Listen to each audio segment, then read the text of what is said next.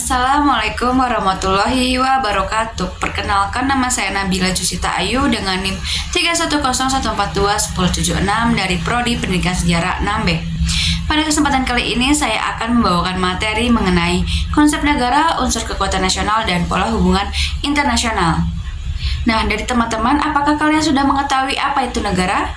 Negara ialah sebuah organisasi tertinggi di antara suatu kelompok masyarakat yang memiliki cita-cita untuk bersatu, hidup di dalam suatu kawasan, dan mempunyai pemerintahan yang berdaulat.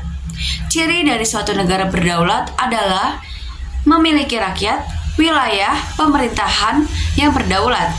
Konsep bangsa tidak terikat oleh wilayah tertentu. Suatu bangsa ialah sekelompok penduduk yang mengikuti pandangan sendiri yang menghubungkannya satu dengan yang lain.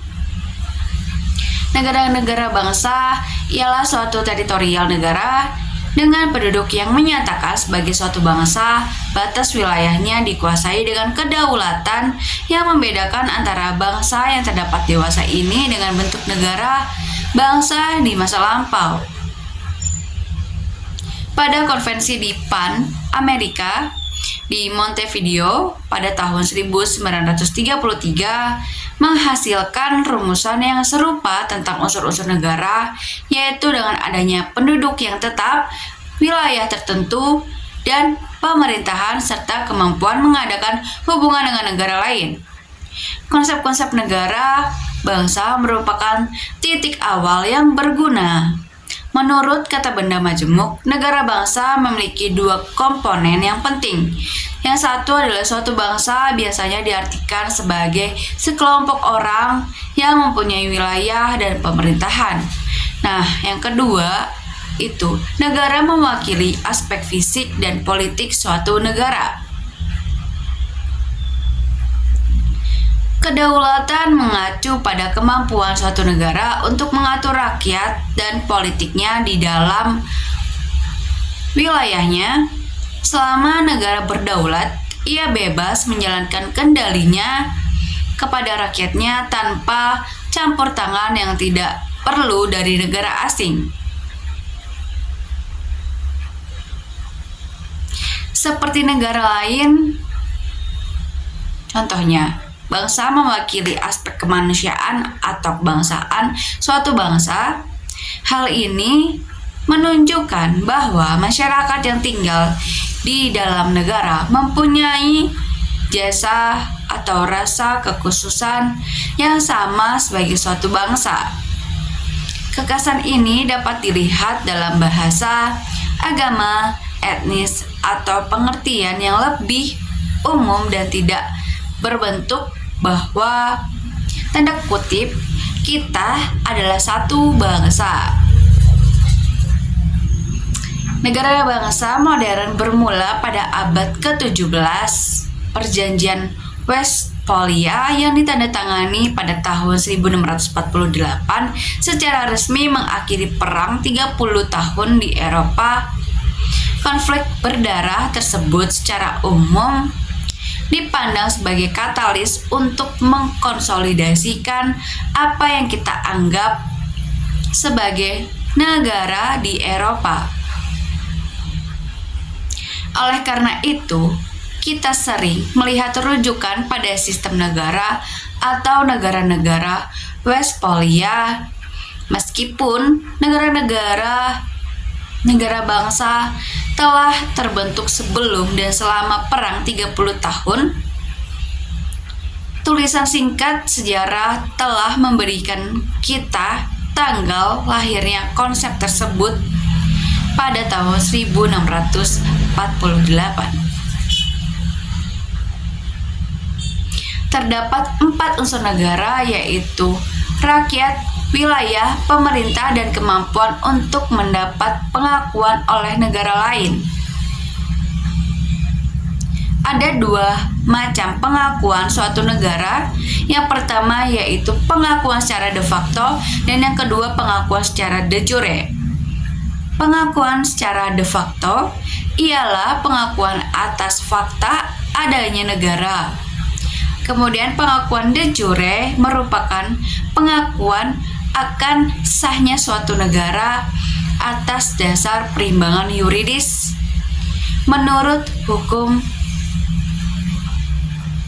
Revolusi Prancis melahirkan pemerintahan Napoleon Bonaparte yang menggantikan kekuasaan dari monarki Raja Louis yang memerintah atas nama Tuhan dan mempresentasikan golongan elit. Buah nyata dari revolusi ialah nilai-nilai republikanisme di hampir semua lingkaran masyarakat dunia yang kemudian dikenal dengan istilah nation state atau negara bangsa.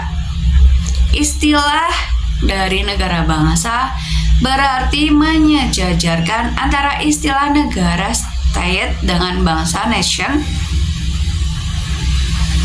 bahwa suatu negara tidak mungkin diwujudkan tanpa ikatan dari berbagai suku bangsa berbeda-beda yang disatukan dalam suatu wadah ikatan yang disebut negara. Negara-negara yang kuat muncul dari konflik-konflik ini mampu mengumpulkan dan membiayai tentara dalam jumlah yang besar. Dan tentara ini segera menyebar ke seluruh dunia sebagai sarana pengorganisasian masyarakat di bawah pemerintahan yang berbeda di wilayah tertentu. Pada awal masa negara bangsa, bentuk pemerintahan yang paling umum adalah monarki, yaitu dipimpin oleh seorang raja ataupun ratu. Revolusi Amerika dan Perancis pada akhir abad ke-18 menambah dua dimensi baru pada negara modern.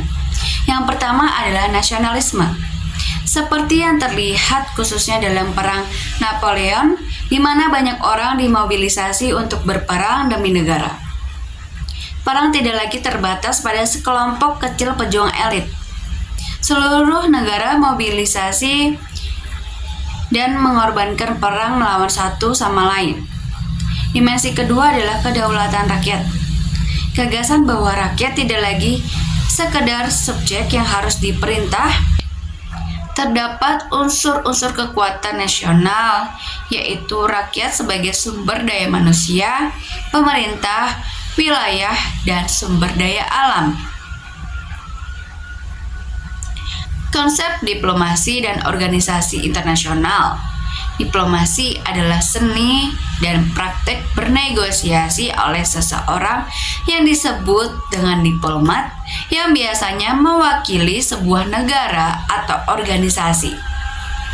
Kata diplomat sendiri biasanya langsung terkait dengan diplomasi internasional,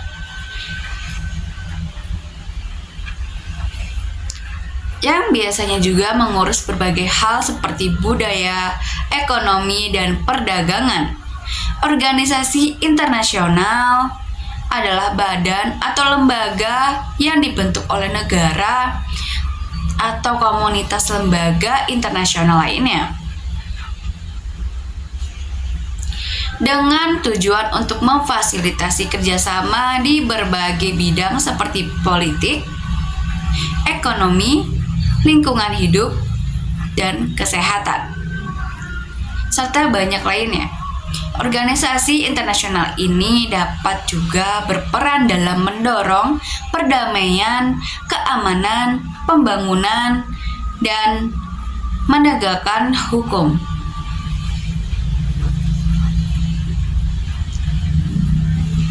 Diplomasi dan organisasi internasional seringkali berhubung dan bekerja sama untuk mencapai tujuan, seperti mencegah perdamaian dan keamanan global, menangani masalah lingkungan, atau mengatasi krisis kemanusiaan.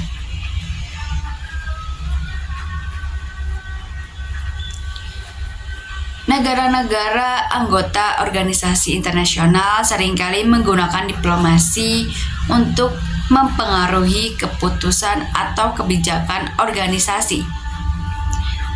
Sedangkan organisasi internasional dapat menjadi forum untuk mempraktikkan diplomasi dan membangun kerjasama internasional.